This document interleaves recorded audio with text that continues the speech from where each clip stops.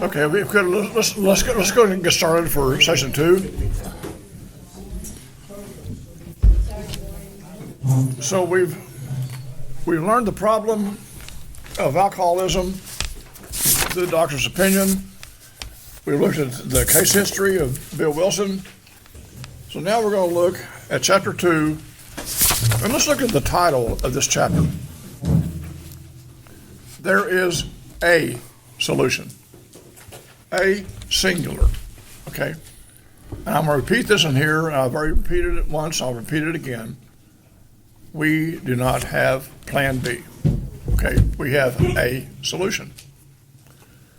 So as you can see here in the first paragraph, we of Alcoholics Anonymous know thousands of men and women who are once just as hopeless as Bill. Nearly all have recovered. Again, recovered? Wow. They have all solved the drink problem. Now this is one of the promises of the book. Okay? We're average Americans. All sections of this country and many of its occupations are represented, as well as many political, economic, social, and religious backgrounds. We're people who normally would not mix. But there exists among us a fellowship, a friendliness, and understanding which is indescribably wonderful. We're like the passengers of a great liner, the moment at rescue from shipwreck, and camaraderie, joyousness, and democracy to pervade this vessel from steerage to captain's table. Unlike the feeling of the ship's passengers, however, our joy in escape from the disaster does not subside as we go our individual ways. The feeling of having shared in shared in a common peril is one element in the powerful cement which binds us. But that in itself, when all those holds together as we are now joined. The tremendous fact for every one of us is that we have discovered a common solution. We have a way out on which we can absolutely agree, upon which we can join in brotherly and harmonious action. This is the great news this book carries to those who suffer from alcoholism. Now, that promise, nearly all have recovered.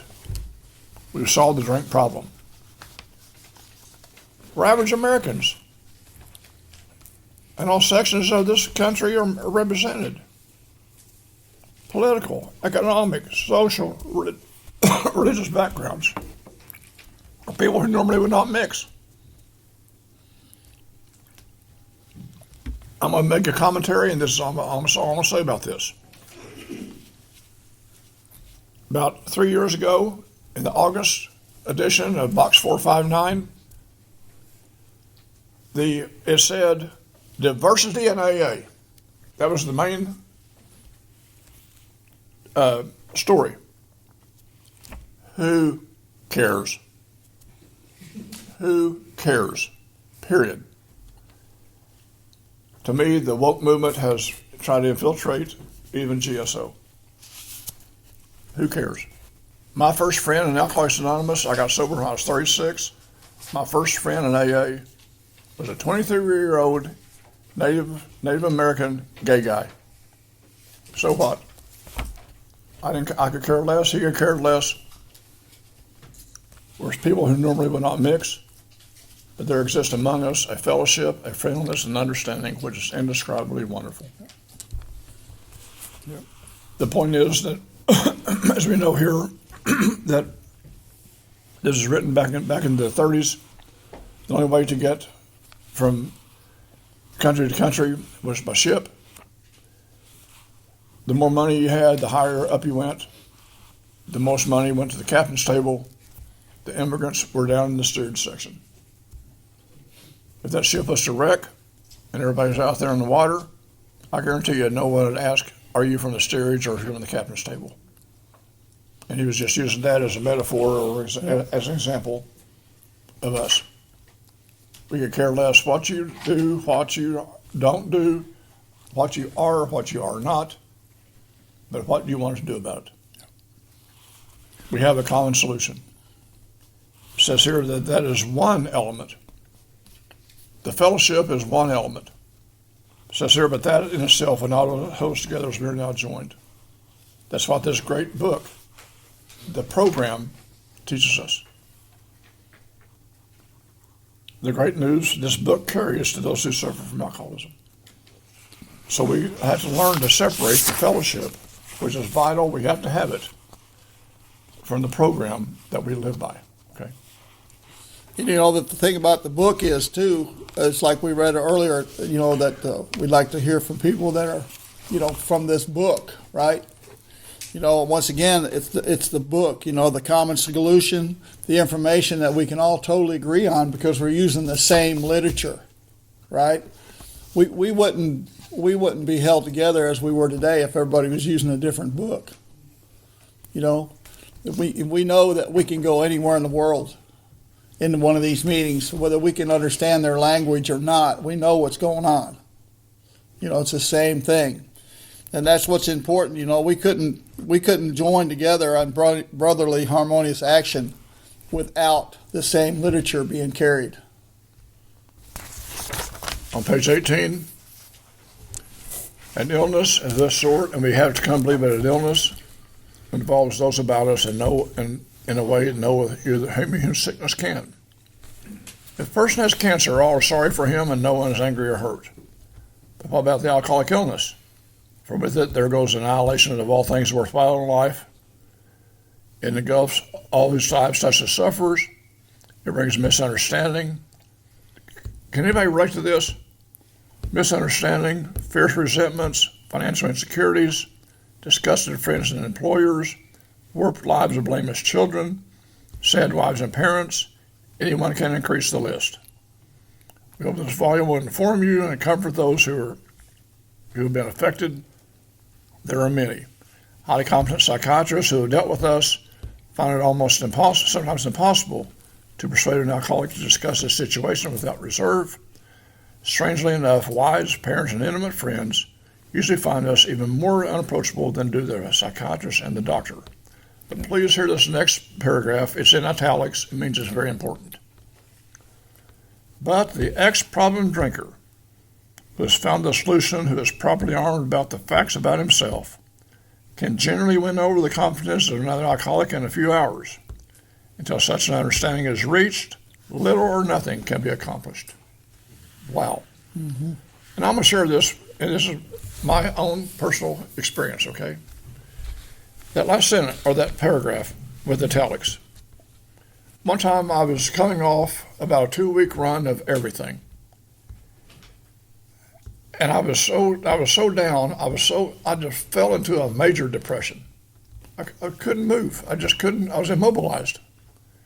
And I lived a few blocks from what was then called the Tulsa Psychiatric Foundation. It's now called Parkside Hospital. And I went there, I walked in, they had outpatient treatment, and I walked in there and I said, I need help. This little lady behind the desk is probably a volunteer. Started going through her, oh, we can see you in 2 weeks. I said, no, ma'am, I need help now. She said, are you suicidal? I said, I'm about to be homicidal. I need help. And when I said that, 2 guys bigger than me came down there. They took me upstairs. I talked to a nurse, and this is on like a Thursday afternoon. They gave me a shot, and I didn't wake up till next morning. And I got to see a psychiatrist. And he diagnosed me as depressed. Well, heck, I could have told you that. So what? And they put me in group therapy. Well, the group therapy, all that was a hookup. We'd all get together, we'd talk and BS with each other for a while, and then go to a bar, and then most times we would hook up. So what?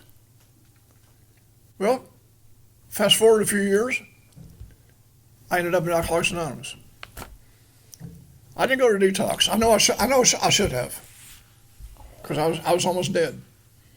My face was purple from blood pressure. My first meeting, my face was purple from blood pressure. Sweating profusely.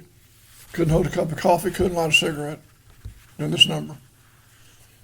A guy on my right gently put his hand on my shoulder, looked me square in the eye, and said 2 words I never heard before in my life. And those 2 words were, I understand. Mm-hmm. paragraph we just read. Yeah. But the ex-problem drinker, who has facts about himself, can generally win over another alcoholic in just a few hours. He did it with me in 2 words. Yep. So I mean, okay. One guy in here knows that I was also a cocaine addict. Let's suppose I went to my first meeting of Alcoholics Anonymous, and I was in that condition. And a guy next to me said, "No, dude, I'm different than you. My counselor said to come to AA and say I have a desire to quit drinking." I know without a doubt I'd be dead today. I must go where I can identify. I mean, for 1 hour, I don't want to be any more than you or any less than you. For 1 hour in Alcoholics Anonymous, my name is Jim, I'm an alcoholic. That's it. If I go to Cocaine Anonymous, my name is Jim, I'm a cocaine addict. Do not want to be any more or any less than you. That's it. Yeah. You see. But unfortunately, we've now had the treatment center industry infiltrate Alcoholics Anonymous. No, I must go where I can identify. If I share with somebody and they say, well, actually, I'm just a drug addict, and I suggest, why don't you go to MA, where you can identify? Places I go to meetings in Tulsa, oh, Barnes, you're just old school AA. Well, please tell me, what is new school? I haven't heard anybody say it yet. No. But this is so vital to me personally. The ex-problem drinker who has facts about himself can generally win over the confidence of another alcoholic in just a few hours. With me, it was 2 words. I understand. Also, with that same paragraph, properly armed about the facts about himself. Well, remember just a couple pages before it said root and branch, right? That's how I become properly armed about the facts about myself, is I do the work and I go root and branch, because all my stuff is deep down. You know, I started acting alcoholic before I even put it in. You know, long before I put it in. You know, I was already acting out, trying to be seen, trying to be heard, trying to get you to look at me, you know, recognize me. Those are deep down embedded defects. And that's where the root and branch comes from. And then this paragraph here is important because, once again, the ex-problem drinkers recovered, right, from a seemingly hopeless state of mind and body, properly armed about the facts of himself. I know who Daniel is today. You know, thankfully you guys helped me through the work that showed me that, so I can catch the new guy and we can have a conversation and I can, you know, win his entire confidence, right? You know, and that's necessary for me. You know, I have to be able to do that. You know, and listen, it's not the new guy's job to come find me. That's right. It's my job to go to the new guy. Exactly. Right? That's my job. I don't go to a meeting without my book. Would you go to war without a sword? Don't go to a meeting without your book. Exactly. You know, my sponsor told me, you know, he said, I want you to share a message of hope before the meeting and after the meeting. You ever try to keep a newcomer at the meeting while you go to your truck and get your book? That guy's gone. You know, but if you got your book in your hand, you know, you can back him up in a corner. You know what I mean? Share a message of hope. You know what I mean? You know, and I mean, that's important. I don't do those things unless I am properly armed with facts about myself. You know, and it's important for that to happen. You know, and Jim talked about qualifying the guy. It's very important that we qualify people. You know, very important that we qualify people. And we help them to that meeting. You know, if they need to go to NA or another fellowship, you know, I'll take them to there. You know, I'll go to their first meeting with them. You know what I mean? But it's important that we qualify and we find out who they are. and make sure they're in the right place. Because if they cannot connect with what's in that meeting, then they're going to be left aside. That's right. And they may not come back, and they may die. And speaking of that, just an example. A group in Tulsa, especially an open meeting, they have lost 4 people, died from that group in the past 2 years from fentanyl. And they can't understand why. That's very obvious. They were in the wrong fellowship. They never had a drinking problem. Period. But they were told to go by people who were not even in the program. Go to AA and say you have a desire to quit drinking. Bullshit. Plain and simple. Our primary purpose is alcohol. But we can't help others. We can help them get to the right place. Exactly. We can help them along. We can show them love and kindness and friendship. We have on page 19, third paragraph. We've concluded to publish an anonymous volume setting forth the problem as we see it. We shall bring in the task our combined experience and knowledge. We should suggest a useful program for anyone concerned with a drinking problem.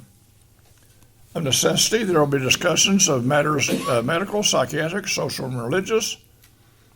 We are aware that these matters are, from their very nature, controversial. Nothing could please us much as to write a book which we contain no basis for contention or argument. We shall do our utmost to achieve that ideal. Most of us sense that the real tolerance of other people's shortcomings and viewpoints and respect for their opinions or attitudes which makes us more useful to others. Our very lives as ex-problem drinkers, there it is again, depend on our constant thought of others and how we may help meet their needs. Well, then in the next paragraph it says, we have recovered from a hopeless condition of mind and body. If you're an alcoholic who wants to get over it, you may be already asking yourself, what do I have to do? It's the purpose of this book to answer such questions specifically. And throughout the book, you're going to find words like specifically, exactly. It even uses words clear-cut directions as to how to recover from this hopeless condition of mind and body. Yeah.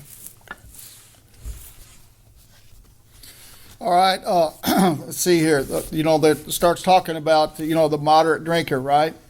How many times people have said to us, I can take it or leave it. Why can't he? Why don't you drink like a gentleman or quit? That fellow can't handle his liquor. Why don't you try beer and wine? Lay off the hard stuff. His willpower must be weak. How could he stop if he wanted to? She's such a sweet girl. I should think he'd stop for her. The doctor told him that if he drank again, it would kill him. But there he was, all lit up again, right? Because I don't listen because I got things under control. Even when I'm laying in the gutter looking up at you, I got it going on. Remember Bill Wilson? Bless his heart. Now, these are commonplace observations on drinkers, right? Which we hear all the time. And here we go. Back of them is a world of ignorance and misunderstanding. We see these expressions, or ideas, or thoughts, or comments, referring to people whose reactions are very different from ours. So those comments or reactions are typically coming from non-alcoholic people, right? Because they don't understand, right? Moderate drinkers have little trouble giving up liquor entirely. If they have good reason for it, they can take it or leave it. I may have started as a moderate drinker, might have been 1 or 2 days, Then we have a certain type of a hard drinker. He may have the habit badly enough to gradually impair his physically and mentally. It may cause him to die a few years before his time. If a sufficient strong reason, ill health, falling in love, change of environment, or warning from a doctor becomes operative, this man can also stop or moderate. Although he may find it difficult or troublesome and may even need some medical attention. But what about the real alcoholic, right? Talking about the Dr. Jekyll and Mr. Hyde guy.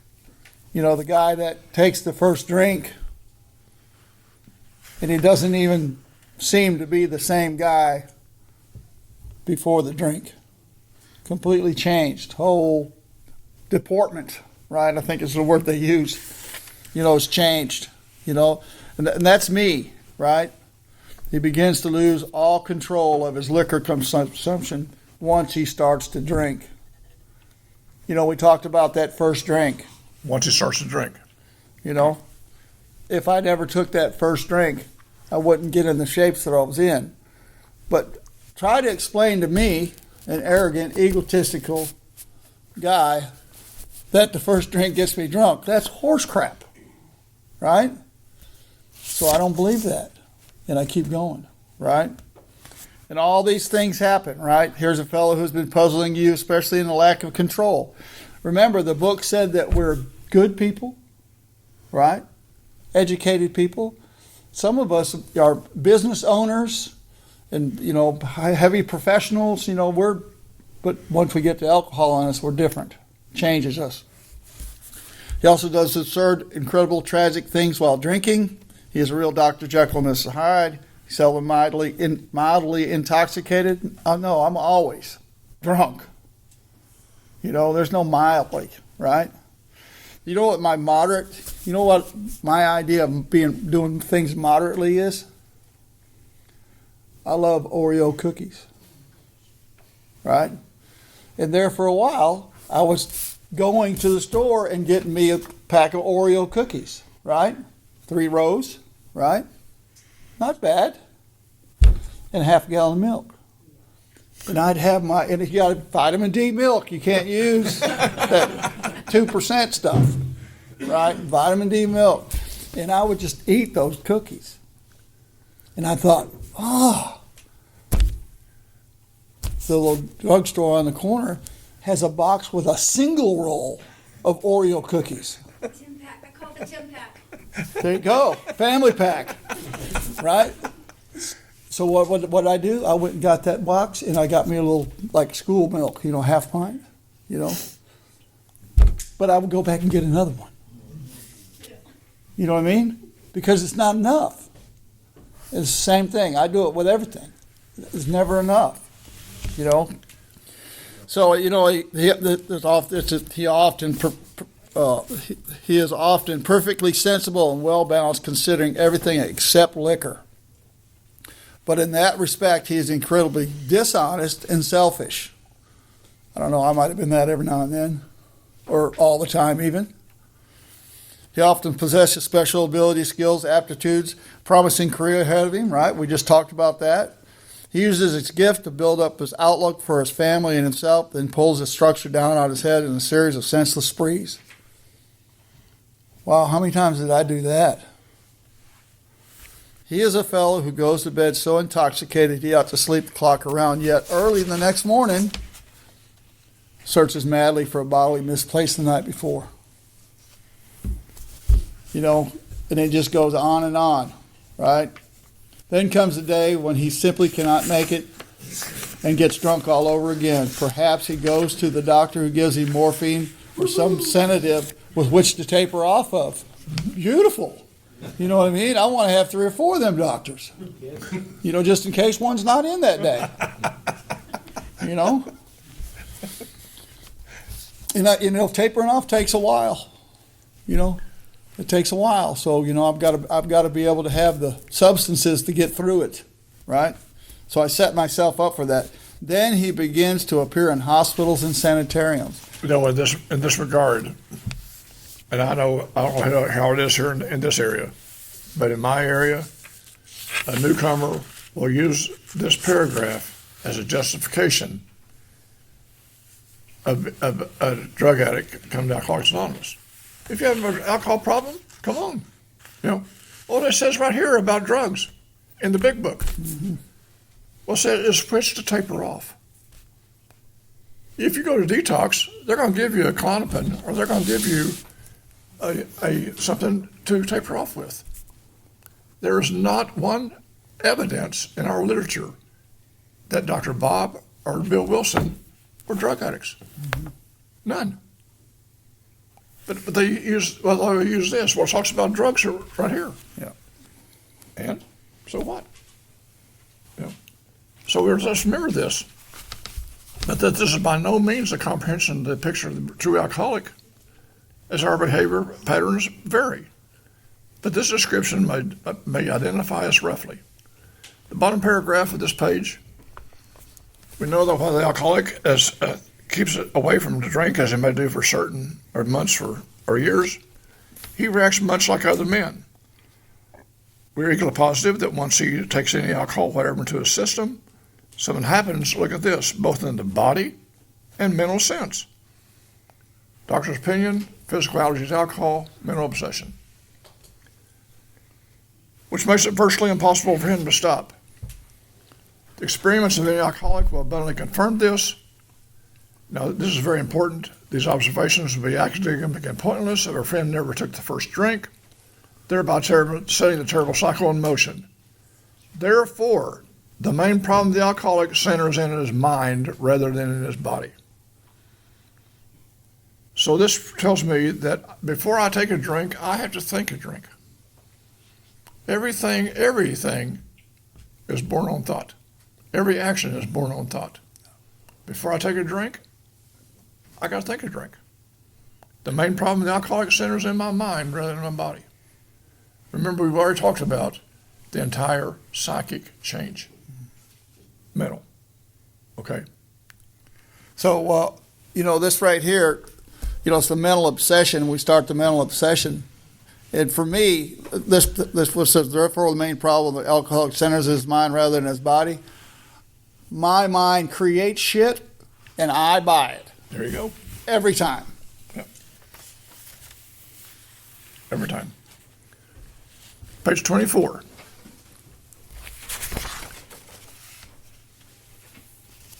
Again, italics, squiggly writing. The fact is that most alcoholics, for reasons yet obscure, have lost the power of choice in drink. Our so-called willpower becomes practically non-existent. We're unable at certain times to bring into our consciousness with sufficient force the memory of the suffering and humiliation of a week or a month ago. We were without defense against the first drink. What's almost certain consequences that follow taking even a glass of beer do not crowd into the mind to deter us. Now look at this. If these thoughts, so what we're doing is the thinking that precedes the first drink. Mm-hmm. Okay. Now you look here on page 25,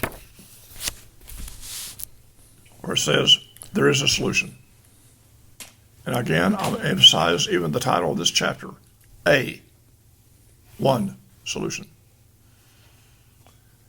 Almost none of us like the self-searching, the leveling of our pride, the confessions of shortcomings, which the process requires for successful consummation.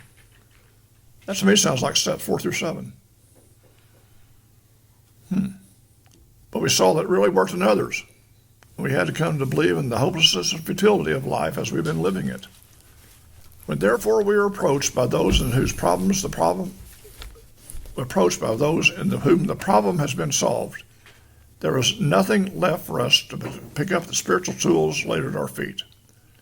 We found much of heaven, and we've been rocketed into it. There's this word, that phrase again, the fourth dimension of existence, which we thought we had never even dreamed.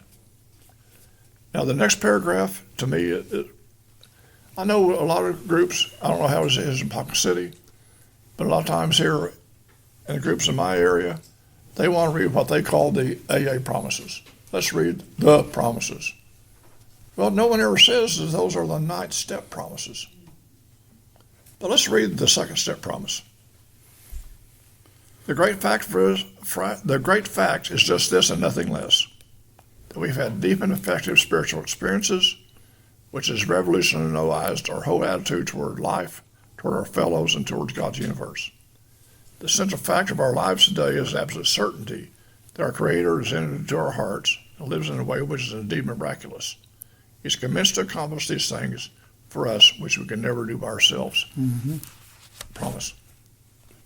The step 2 promise right there. Yep. Also, it says, when therefore we were approached by those in whom the problem had been solved. See, once again, I approach, right? Problem's been solved. So I approach, right?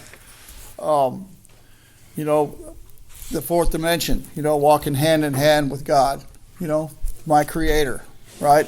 Allowing me to be able to be who I am and help others, right? And then it talks about the word attitude will start showing up in our literature now, you know, because I have to have the right attitude. If I come in here saying to myself that this is not going to work, this is not going to work. That's right. Right? But if I come in here with the attitude that this could be helpful for me if I just keep my mouth shut, you know, chances are I'm going to get something out of it. But it's about my attitude. You know, what am I willing to do? You know, I was willing to do all kinds of stuff to stay drunk. Am I willing to do the same stuff to be sober? Exactly. So on page 26, it talks here about a certain American businessman, and this is the story of Roland Hazard. If you Google the Hazard family of New Hampshire, these people were multi-millionaires. They were up there with the Rockefellers. They were industrialists. They made railroad wheels. They made the rails and the railroad wheels. They bought thousands and thousands of acres of potash down in New Mexico. And with that, they sold it to a company called Allied Chemical, which became Arm & Hammer. And they're multi-millionaire people. But they had a son named Roland who was an alcoholic. And they sent Roland to every possible place in America that might be able to treat him, because they basically wanted to keep him out of the family, you know. And so they took him to every place in America, even sent him to Mexico, trying to get him sober. But they finally sent him to Dr. Jung in Switzerland, one of the most prominent psychiatrists in the world. There was Sigmund Freud and Dr. Jung. At one time, they were contemporaries. They worked together. But Dr. Sigmund Freud was an atheist. He believed in death, and he believed in nothing out of the ordinary. He did not believe in anything out of the mind. Okay. But Dr. Jung, though, believed in spirituality.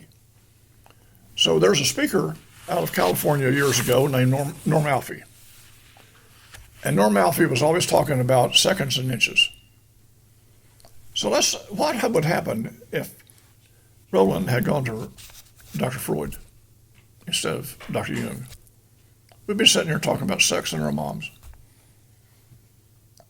But Roland Hazard, though, went to see Dr. Jung. It says here that, as we know the story, he was there for a year and a half studying under him. He was sober all that time, but he was drunk before he got back to America. Because it was just like Bill Wilson, he had self-knowledge, but he didn't have a program. So he says here in the second paragraph, he returned to the doctor whom he admired and asked his point blank why he should not recover. He wished above all things to regain, look at this, self-control. Yeah. Woo. He seemed quite rational and well-balanced with respect to other problems, yet he had no control whatever. He begged the doctor to tell him the whole truth, and he got it. The doctor's judgment, he was utterly hopeless, and he would never regain his position in society, and he would have to be placed under lock and key or hired a bodyguard. But this man still lives and is a free man. He does not need a bodyguard, nor is he confined. He can go anywhere on earth other than where a free man may go without disaster, provided he remains willing to maintain a certain simple attitude. There's that word. Well, some of us alcoholic readers may think he can do without spiritual help, but let him tell the rest of the story. The doctor said, "You have the mind of a chronic alcoholic. I've never seen one single case recover where that state of mind exists in the extent it does in you." Our friend felt as though the gates of hell had closed on him with the clang. He said, "Is there no exception?" "Yes," replied the doctor. "Exceptions to cases such as yours have been occurring since early time. Here and there, once in a while, alcoholics have had what they call vital spiritual experiences. To me, these are phenomenon.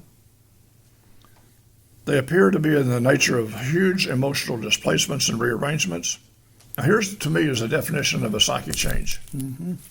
Ideas, emotions, and attitudes, which once were the guiding forces of our lives, are suddenly cast to one side, and a completely new set of conceptions and motives begin to dominate them. In fact, I've been trying to produce such an emotional rearrangement within you, many individuals, with many individuals. The method which I've employed are successful, but I've never been successful with an alcoholic of your description. Utterly hopeless. Utterly hopeless. So when we read here, we know that Ebby gets sober. All right, now listen. Ebby gets sober through what was called the Oxford Group movement. The Oxford groups, again, like I said, it was basically like today's Salvation Army. It believed in, they were an evangelical movement. So the point is that Ebby gets sober through the Oxford groups. They, in turn, he had a friend named Sigmund Graves who went to court to help a guy named Ebby Thatcher. Said, "Watch us. If you'll let him out under our care, we'll try to help this guy get sober." Ebby, in turn, as we know, as we read a while ago in Bill's story, he takes this to Bill Wilson. Alcoholics Anonymous started not with Bill and Ebby. It started with Dr. Jung and Roland Hazard. Because after Bill had gotten sober, Dr. Jung and Bill Wilson started to correspond. And Dr. Jung wrote Bill, and you can read this in AA Comes of Age, that said it's spiritus versus spiritus. Spirit versus spirit of Alcoholics Anonymous, of alcoholics. Why is alcohol called distilled spirit? Spiritus versus spiritus. And that's where actually Alcoholics Anonymous started, with Dr. Jung and Roland Hazard. And here we are tonight, or here we are this afternoon, or this morning, I'm sorry, sitting here almost 80 years later. And somebody, how could there not possibly be something more divine other than us leading all this, you see? It's so vital. So we talked about the state of mind preceding the first drink. And so you see here that Bill Wilson, in his writings, he does an entire chapter about what's going to happen to us preceding the first drink. So that's why we have the chapter more about alcoholism on page 30. Most of us have been unwilling to admit we were real alcoholics. No person likes to think he is bodily or mentally different from his fellows. Therefore, it is not surprising that our drinking careers have been characterized by countless vain attempts to prove we could drink like other people. The idea that somehow, someday, he will control and enjoy his drinking is the great obsession of every abnormal drinker. The persistence of this illusion is astonishing. Many pursue it into the gates of insanity or death. We learned that we had to fully concede to our innermost selves that we were alcoholic. This is the first step in recovery. The delusion that we are like other people, or presently maybe, has to be smashed. Now, this was brought to me as there's 5 words in here: obsession, illusion, insanity, delusion, and then the word smashed. Obsession is created in my mind. Illusion is what the illusionist or the magician tricks me with, right? It's not real. It's only what I think. Insanity is not being whole of mind, and a delusion is false, right? So all that being said, the obsession, the illusion, and the insanity and the delusion has to be smashed. So if I was to go to my grandmother's house, and she got a house that was built in 1940s, maybe earlier, I take the glass out of the back door, I take it over to the driveway, and I throw that piece of glass down that driveway. That thing will shatter into a bazillion pieces. This is what I have to do with the idea that I can drink successfully. I have to smash it to where there's no way that I can go put it back together and return to it successfully. I have to be ready. I have to have all my ideas and all it's got to be gone. Because if Daniel's got another idea, right, another thought, oh, there's that thing again, that mind, I will use it. And typically for a selfish means. I don't know if anybody else has ever done that. But, that's important. You know what I mean? I need to know that those things that has to be smashed. Then it says, we alcoholic men and women who have lost the ability to control our drinking. We know that no real alcoholic ever recovers control. All of us felt at times that we were regaining control, but such intervals, usually brief, were inevitably followed by still less control, which led in time to pitiful and incomprehensible demoralization. We are convinced to a man that alcoholics of our type are in the grips of a progressive illness. Over any considerable period, we get worse, never better.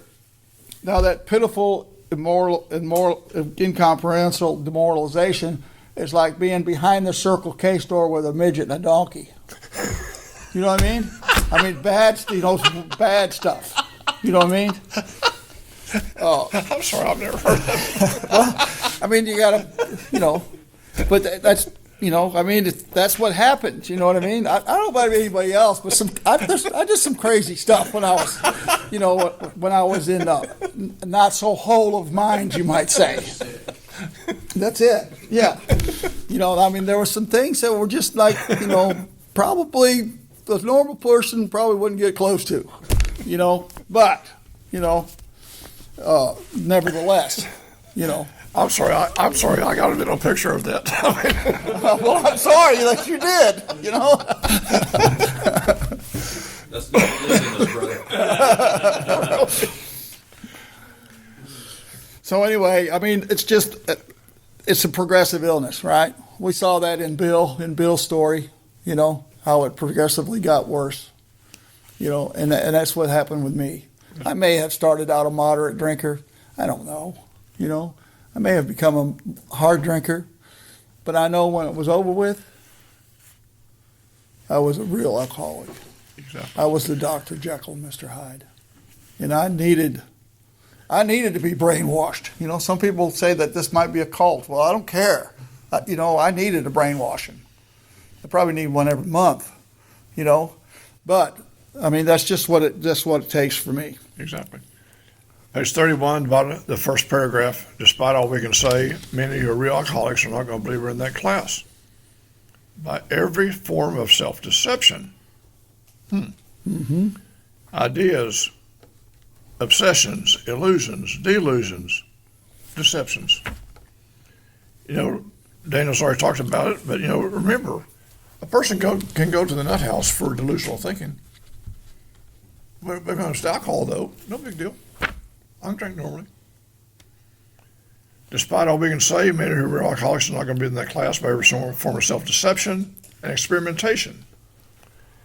Then on page 32, we read the story about the man of 30.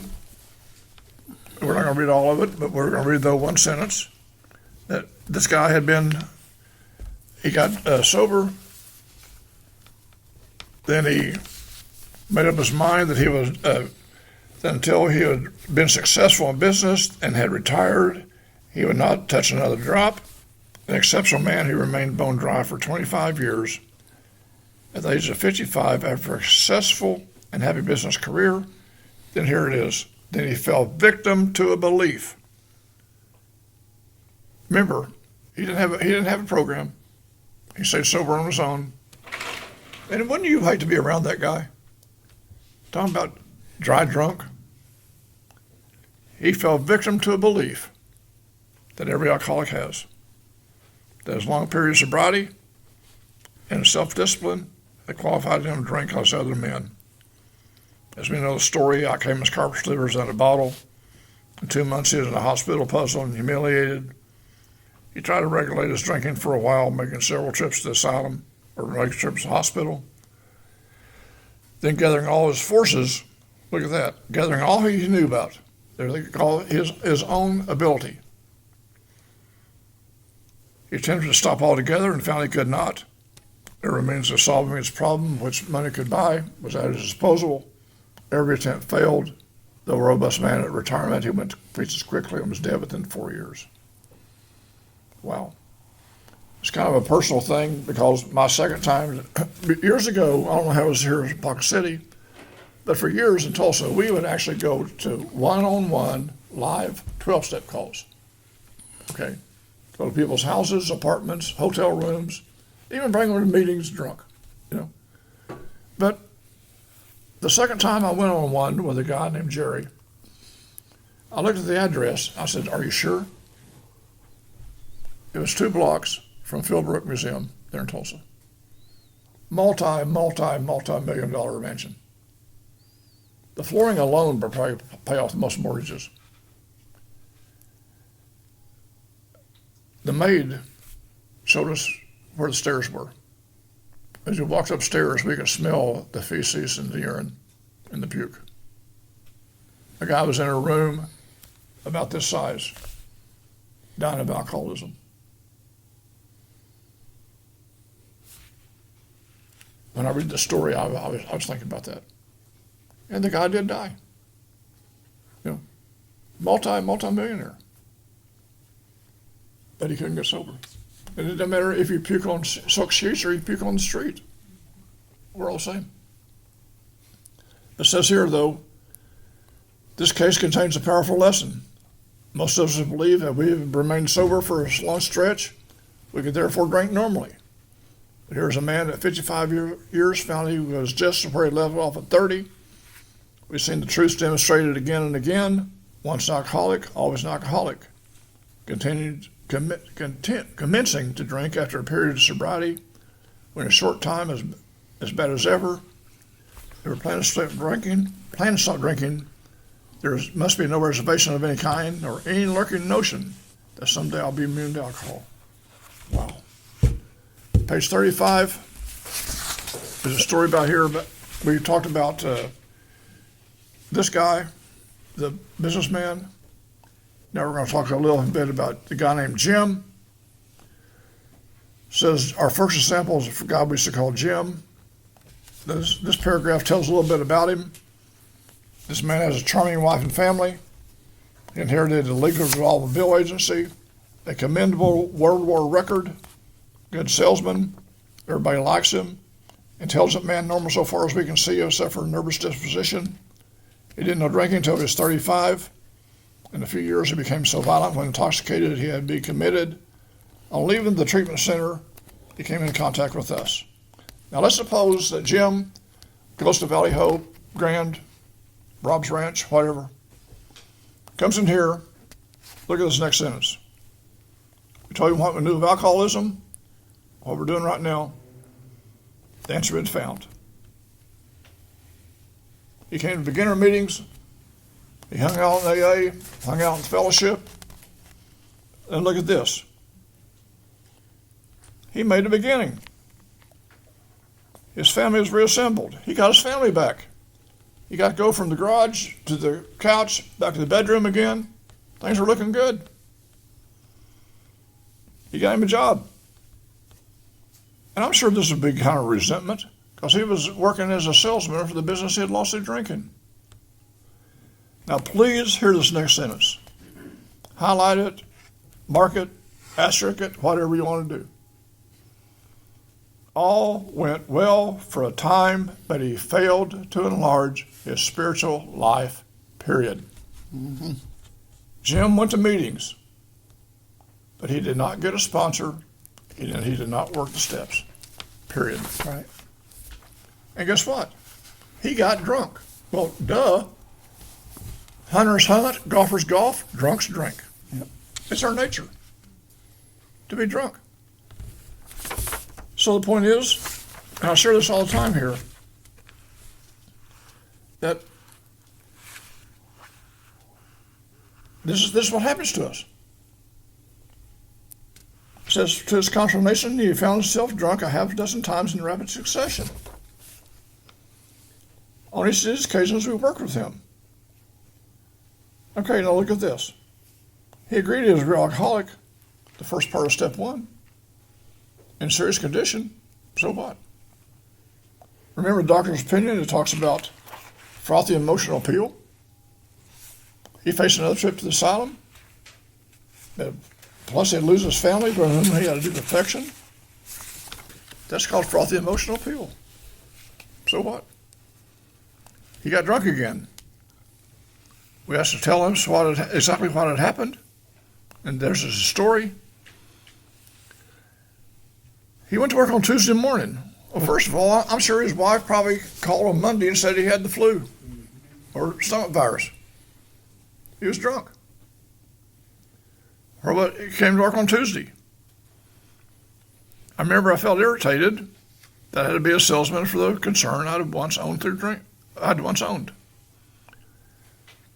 Resentment. Exactly. Building up a resentment. I had a few words with the boss, but nothing serious. I kind of doubt that. Then I decided to drive in the country to see one of my prospects for a car. Got his butt hurt and left. Yep. And I don't know how it is in this area, but I've known car salesmen who would take a car to a prospect, just to see.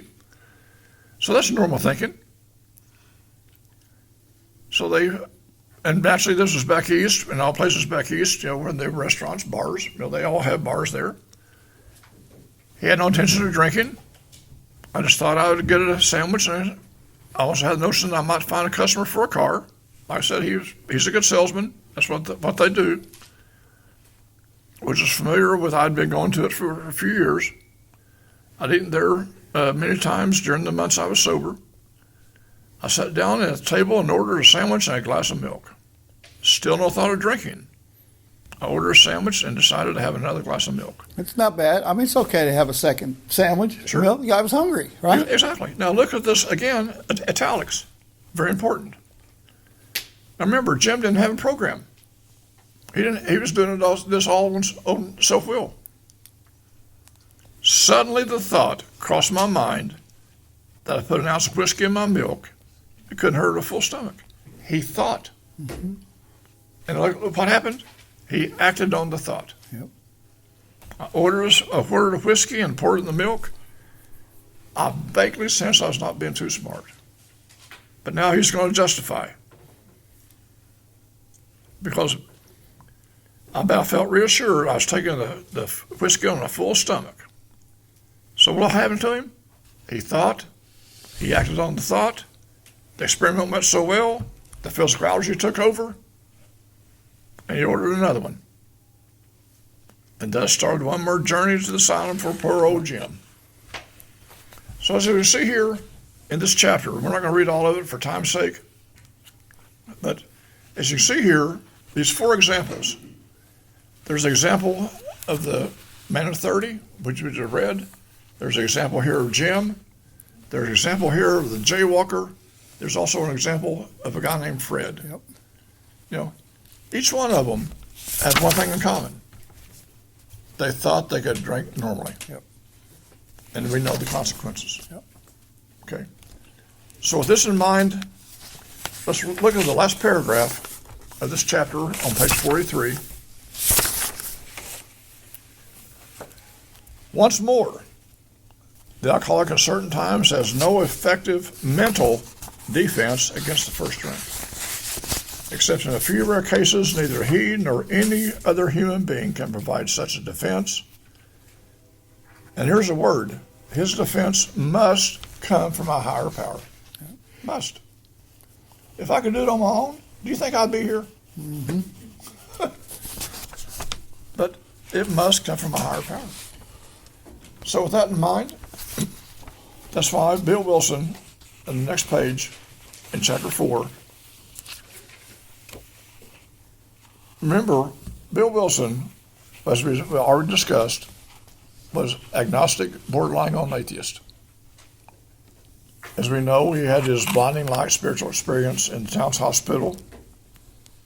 And when this book was being written, he wanted to write a chapter to people who had thought just like him, agnostic. And I share in here numerous times that when I came into Alcoholics Anonymous and I saw this chapter, I was raised in a very devout Christian home. I was raised in church all my life. I did step 1, 2, and 3 when I was 14 years old at a church camp, and I know without a doubt I did that. But I ended up a full-blown alcoholic and cocaine addict. So when I came into Alcoholics Anonymous, I saw this chapter. I thought, no, wait a minute. I'm not agnostic. I know all about God because of the way I was raised. Mm-hmm. I know all about God. Until I was 2 years sober, had been to Oklahoma City, and driving back one night, it was after 9 o'clock. On the turnpike between Chandler and Stroud, I was driving a car that just had an AM FM radio in it. But for some reason, though, the FM part of the radio went out. And on the AM part, all I could get was a radio preacher. And he's talking about the word agnostic. And he said the word agnostic comes from the Greek word gnosis, which means knowledge. You put the letters AG on that means without.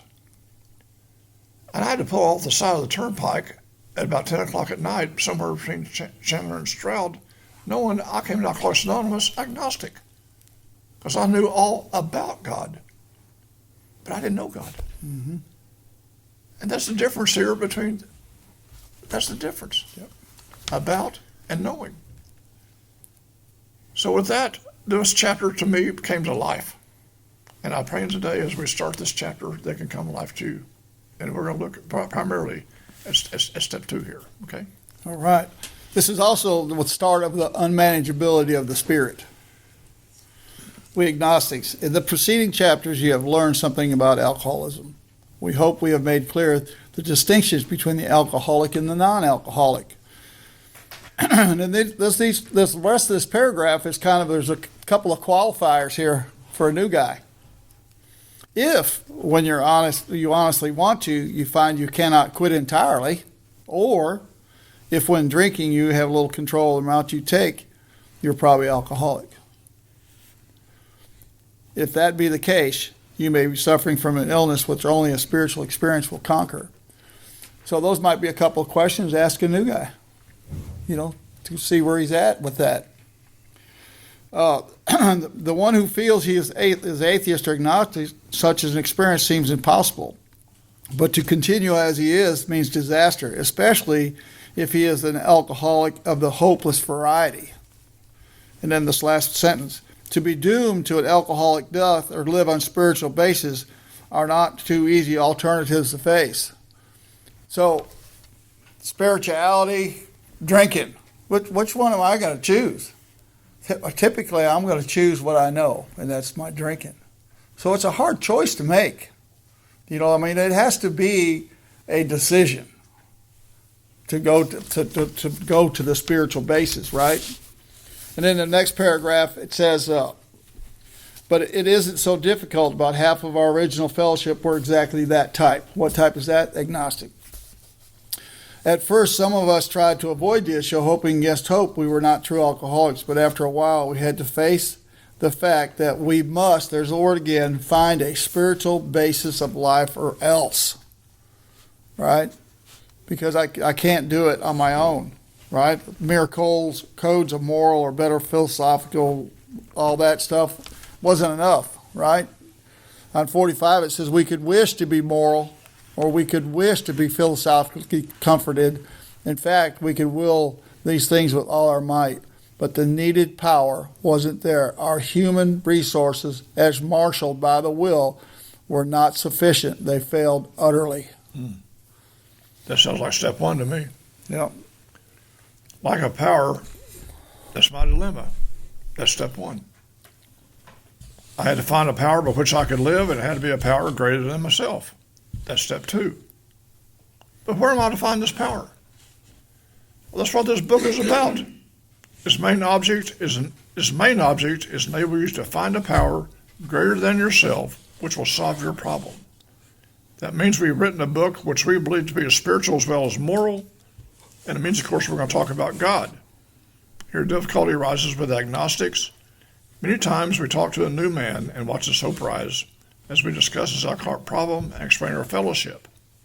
But his face falls when we speak of spiritual matters, especially when we mention God, for we've reopened a subject which our man thoughtfully and neatly invaded or entirely ignored. Mm-hmm. You know, and this is right here, this paragraph is the dividing line of the book.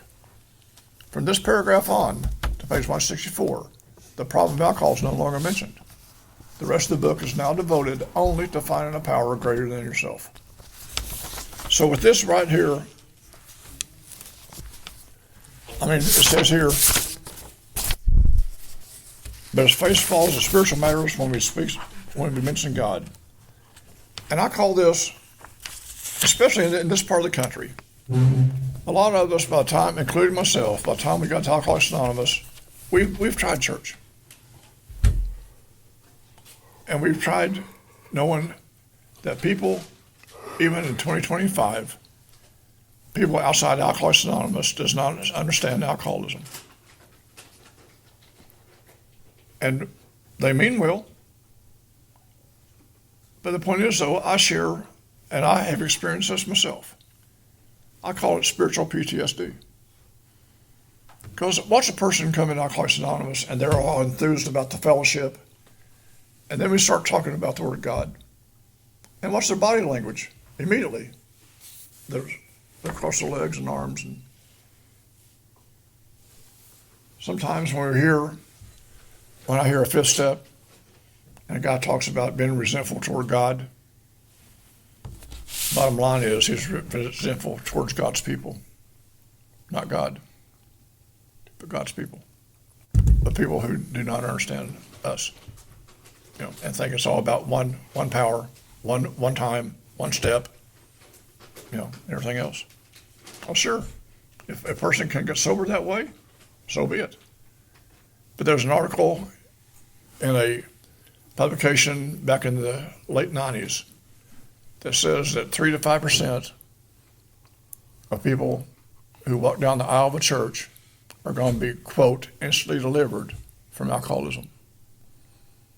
But the church still uses that as a standard and forgets about that other 97%.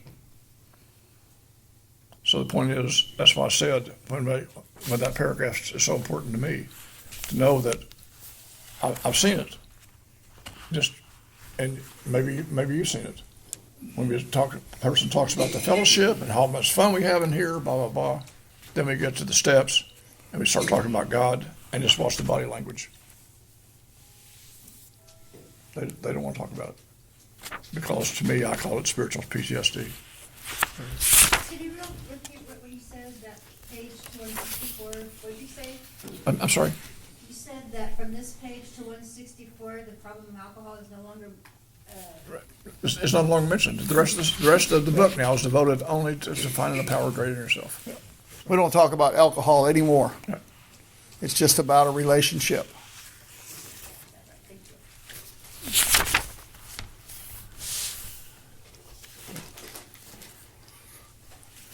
And now on page 46, you know, there's some words on page 46 and 47 here too that we're gonna, highlight or underline.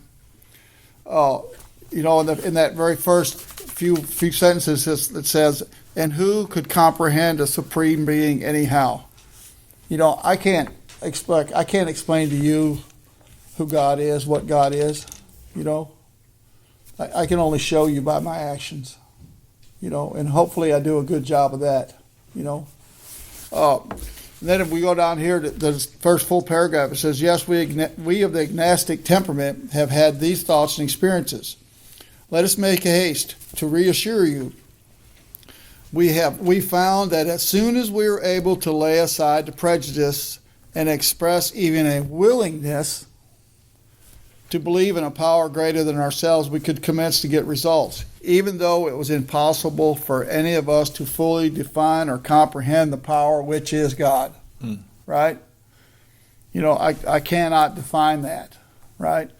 But I can understand that upon a willingness that I can begin, a relationship, to engage, right? And then on the next few paragraphs, I'm going to show you where it talks about really simple stuff.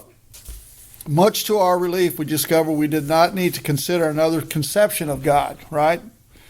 Our own conception, and here we go, "however inadequate."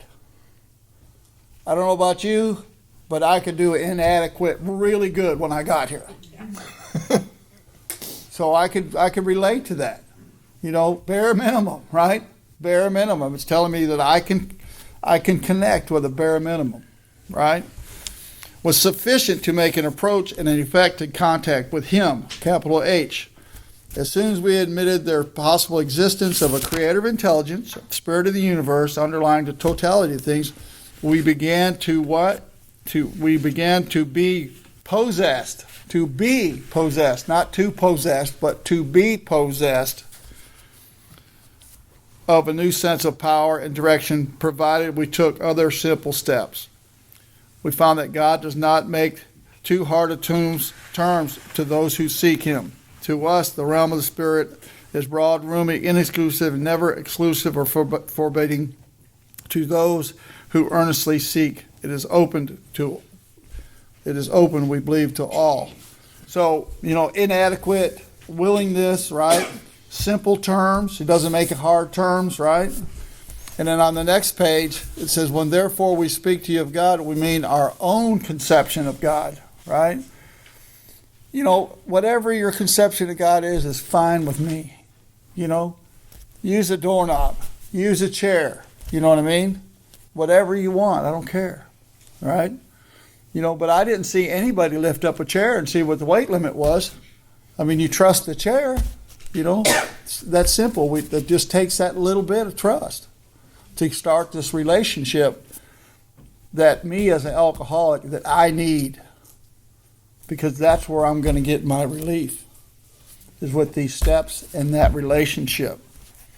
And then it goes on, talks about prejudice again, right? And at the start, this was all we needed to commence growth, to effect a first conscious relationship with God and understood Him. Afterward, we found ourselves accepting many things which then seemed entirely out of reach. That was growth. But if we wished to grow, we had to begin somewhere. So we used our own conception, however limited. Again, however limited, right? Simple.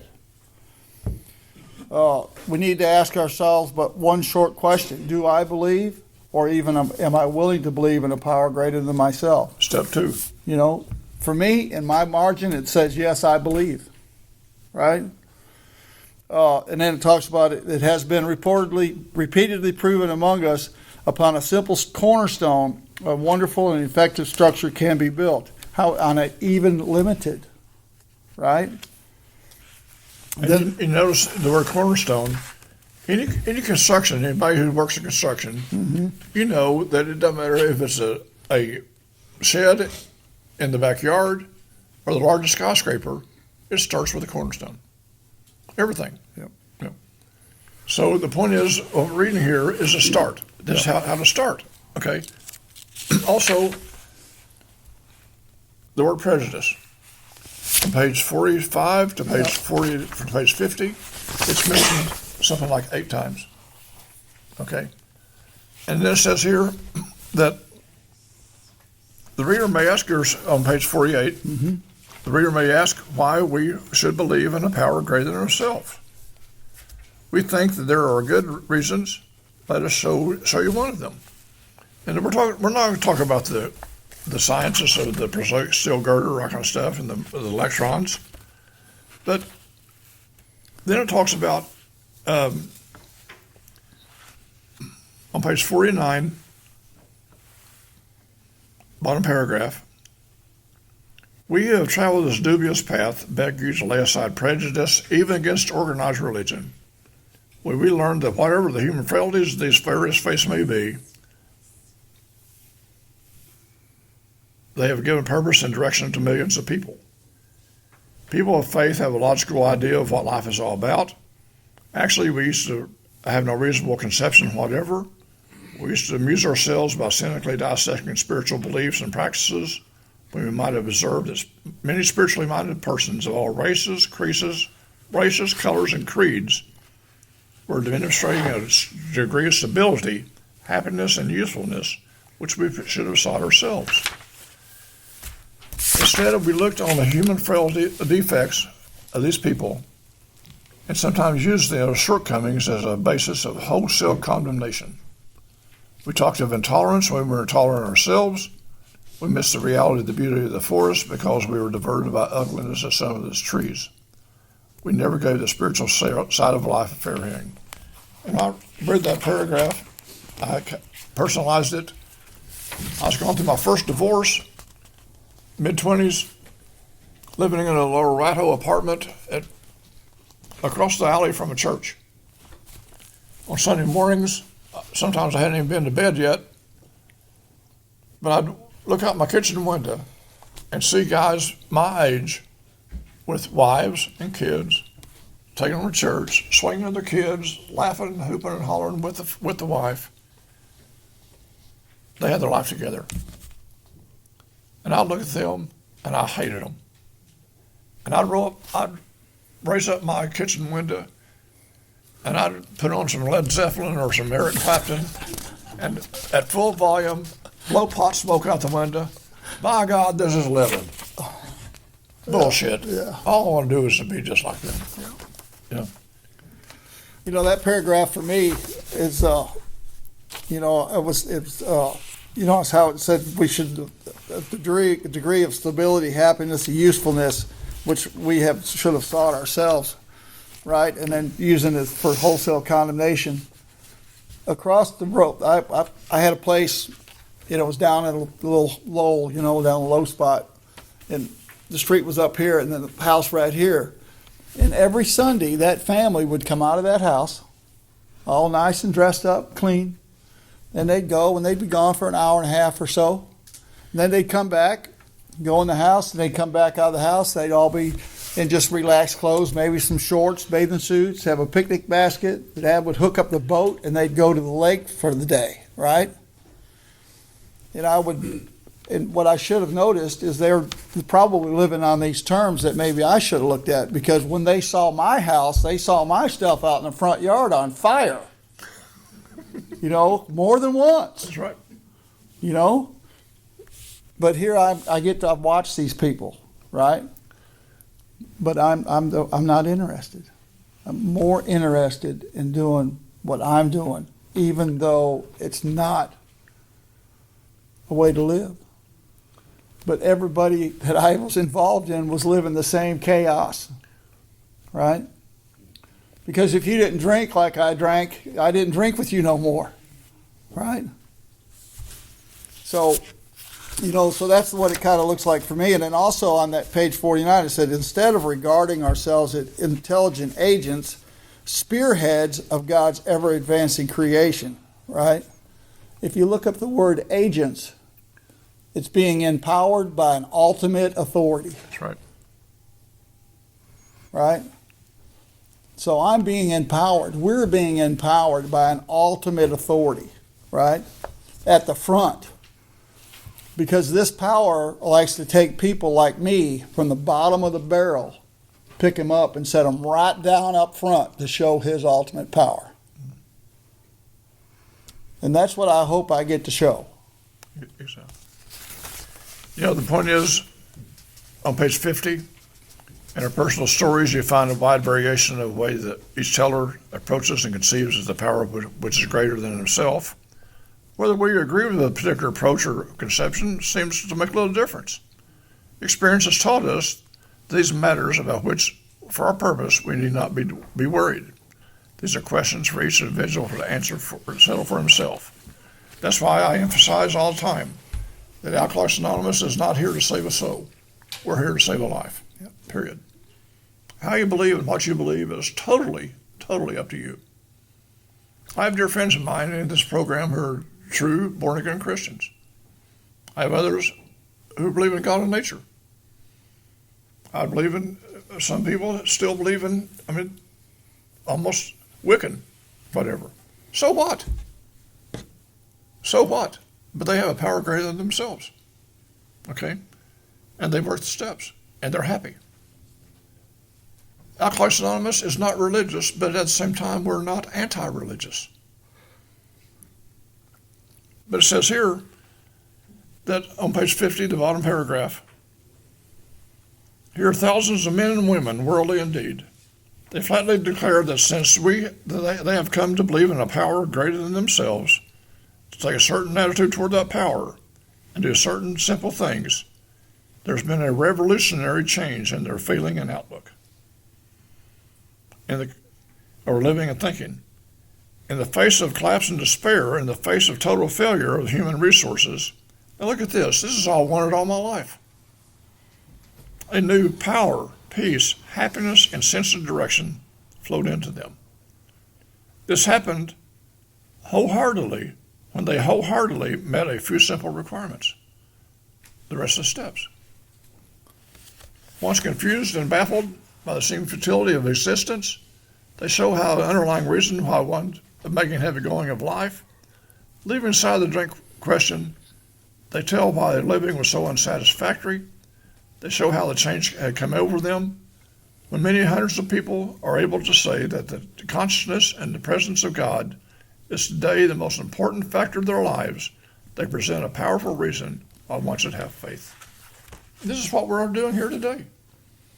Sharing our experience, our strength, and our hope about how God has worked in our life. All right.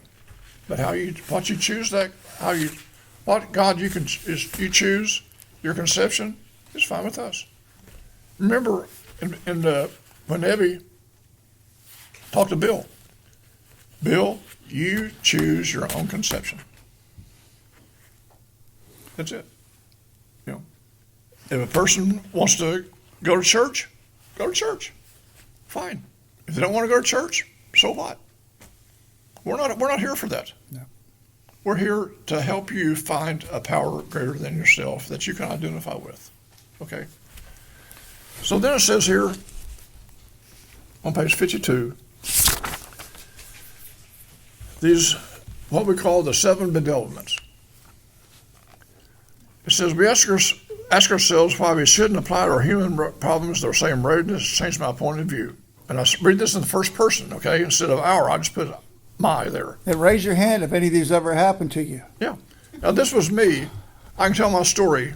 This was me when I came into Alcoholics Anonymous. I was having trouble with personal relationships. I couldn't control my emotional nature. I was afraid to miss. Okay, now I'll just stop right here. For many, many years, I read this next sentence, or next portion of the sentence. It said I was prey to misery and depression. It took me until last year to see it does not say that. Look at that. It says we are a prey to misery and depression. Wow. Yep, that's me. I couldn't make a living. I had a feeling of uselessness. Yep. I was full of fear. I was unhappy. I couldn't seem to be real help to other people. Was not basic solutions when I should see newsreels of lunar flight, Of course it was. Now, that was me when I came into Alcoholics Anonymous. I go to meetings, and I go to these people who've been sober a month. And I ask them, how you do it? Oh, I get on my knees in the morning and ask for God's help. And if I stay sober, I thank him at night. I went to these real old timers who had 3 months, and they were saying the same thing. Then there's guys with 6 months. Elder statesman. No kidding. And then these guys who lied and said they had a year. And they were saying the same thing. But look at the next paragraph. When I saw others solve their problems by simple announcements from the Spirit of the universe, I had stopped doubting the power of God. My ideas did not work, but maybe this God idea did. I came into Alcoholics Anonymous, like I said, full of spiritual pride. I use God like an errand boy. I go to his house on his birthday and, whatever, and when I really needed him. But I didn't have an idea. Said this here, maybe my ideas did not work. Do you think it was a goal in my life when I was in sales that I was been writing down goals? Do you think being a fine member of Alcoholics Anonymous was even thought of? But that's where my ideas got me. But this God idea worked. It's kept me sober now for almost 40 years. When I couldn't go 40 hours. Wow. Mm-hmm. Think about that. So then on page 53, it's very important that says, excuse me, when we became alcoholics, crushed by a self-imposed crisis, we could not postpone or evade. We had to fearlessly face the proposition that either God is everything or else he is nothing. God either is or he isn't. What's our choice to be? He is. He is. So now we've been talking about step 2, but now we're getting a little bit into step 3, about making a decision, turn the wheel in our life over to the care of God. Page 55 is vital to me personally. Second paragraph.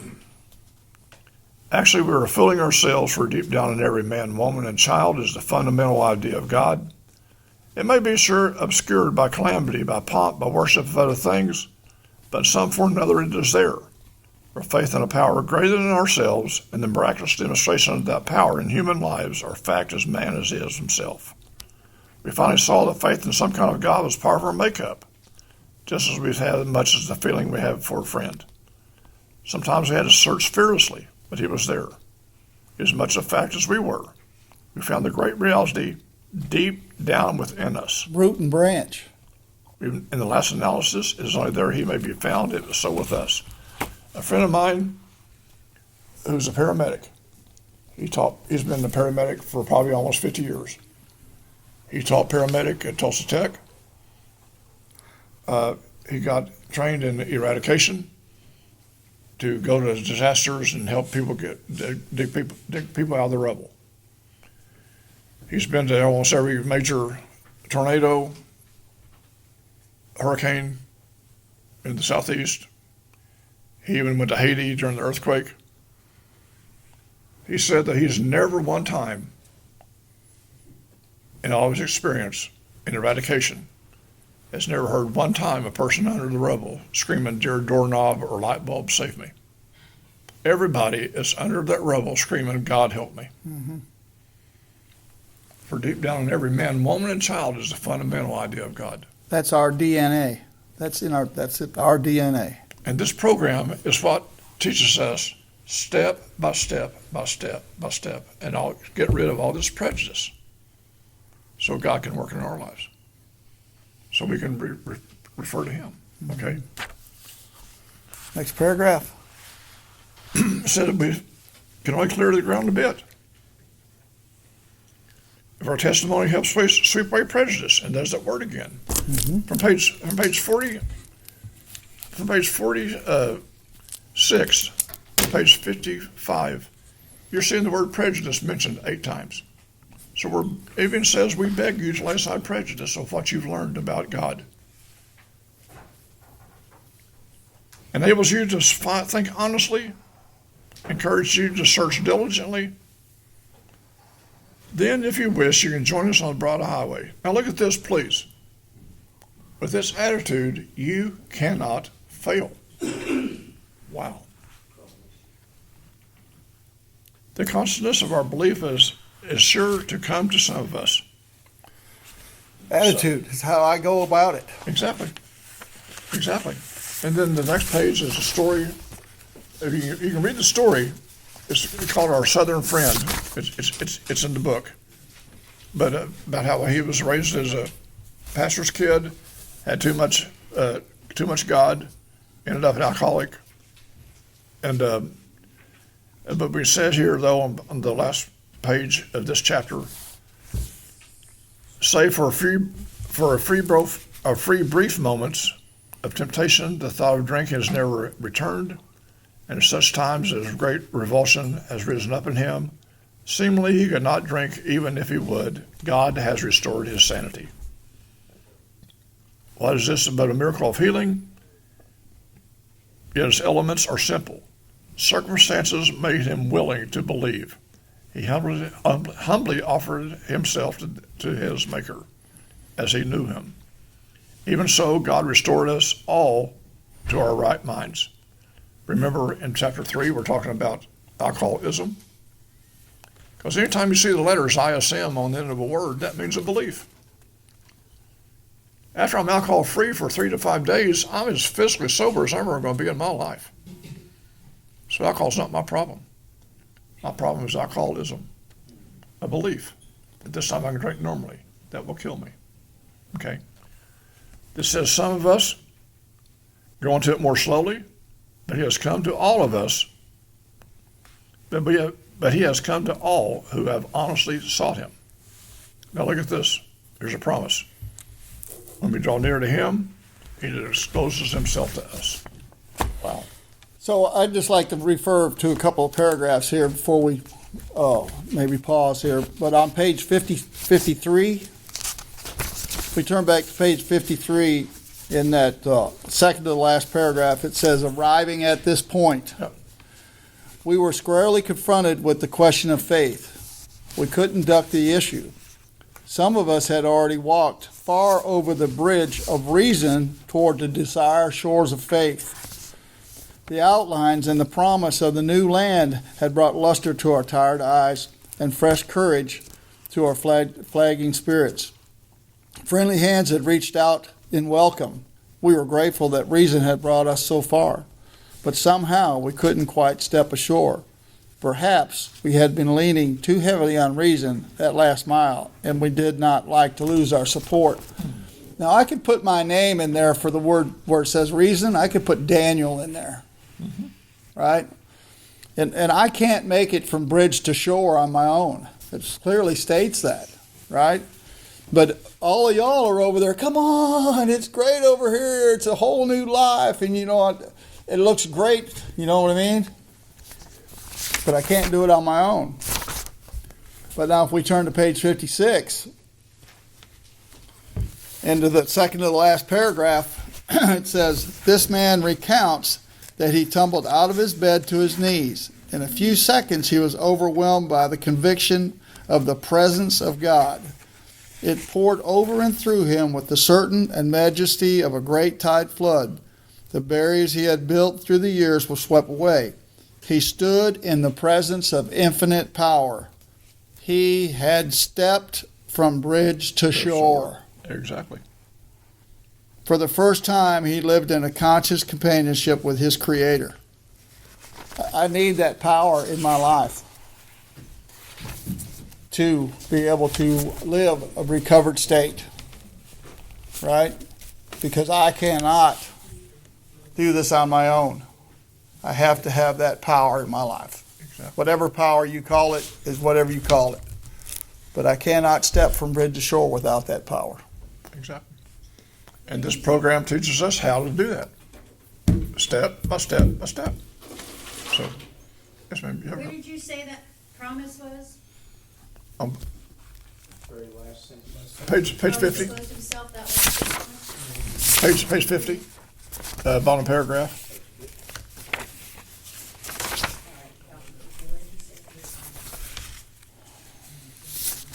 That 57, it says, when we draw near to him, he disclosed himself to us. Right, yeah, Yeah. 57, very last sentence. yep. Yeah. Well, I So think- it's our job to keep spiritually fit. It's not God's job to keep me spiritually fit, that's right. right? It's my job to stay spiritually fit. Well, I think we've concluded this chapter, so let's, it looks like it's almost time for lunch, so let's go ahead and have some fellowship, and we'll be back here shortly.